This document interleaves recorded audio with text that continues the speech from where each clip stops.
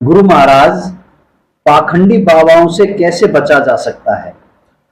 पाखंडी बाबाओं से नहीं बचा जा सकता, अब नहीं हो सकता है। एक संत थे, संत, उन्होंने एक राजा से कहा कि हे राजन, फलाने टाइम पे आपके राज्य में बारिश होगी, जो उस बारिश में भीग जाएगा वो पागल हो जाएगा, जो उसमें भीग जाएगा वो पागल हो जाएगा। तो राजा ने उस संत को अंदर बंद करा दिया, मंत्री से कहा कि उस दिन के बाद तब देखेंगे क्या होगा नहीं होगा। अचानक ऐसा ही हुआ, बारिश होने लगी और सभी लोग बाहर थे, दोपहरी का समय था, सब लोग पागल हो गए, एक दूसरे को देख के हंसने लगे और एक दूसरे कपड़े फाड़ने लगे। राजा ने मंत्री से कहा कि चलो मंत्री देख के आएंगे प्रजा में क्या हाल है, तो वो भी चले गए। तो सारे इकट्ठे होकर के उन राजा और मंत्री को ही उनकी जान को आफत आ गई।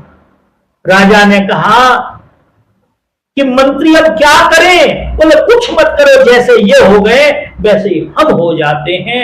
तो मंत्री और राजा को भी वैसा ही होना पड़ा। तो ये अज्ञान की बारिश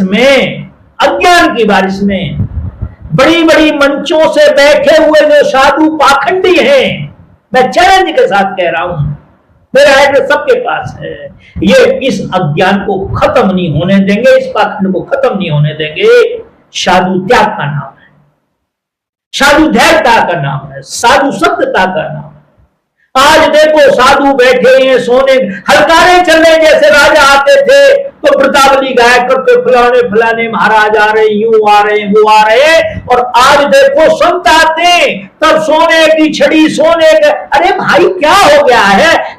ये जब संत पाखंड में फंस गए फिर नहीं हो सकता है काम, तो ये नहीं होगा, अब खत्म नहीं हो सकता। कर्म किसकी पहचान है, आत्मा की या इस स्थूल शरीर की? कर्म स्थूल शरीर की पहचान है, आत्मा कोई कर्म नहीं करती, आत्मा करती हुई महसूस होती है, दिखाई देती है, समझ में आता है कि आत्मा कर्म करती है। आत्मा तो केवल पेट्रोल का काम करती है, किसी भी गाड़ी में टंकी में रखी होती है, वो इंजन को रमा करती है, वो इंजन को चलाती है। उसके बाद तो उसके ऊपर जो व्यक्ति बैठा हुआ है, कभी क्लिच दबाता है, कभी ब्रेक दबाता है, कभी उसकी रेस्ट देता है, जो चाहो जहां चाहो वहां ले जाओ उसको। तो ये स्थूल शरीर है, ये उसकी पहचान है। आत्मा तो भासत होती है, दिखाई समझाएगा।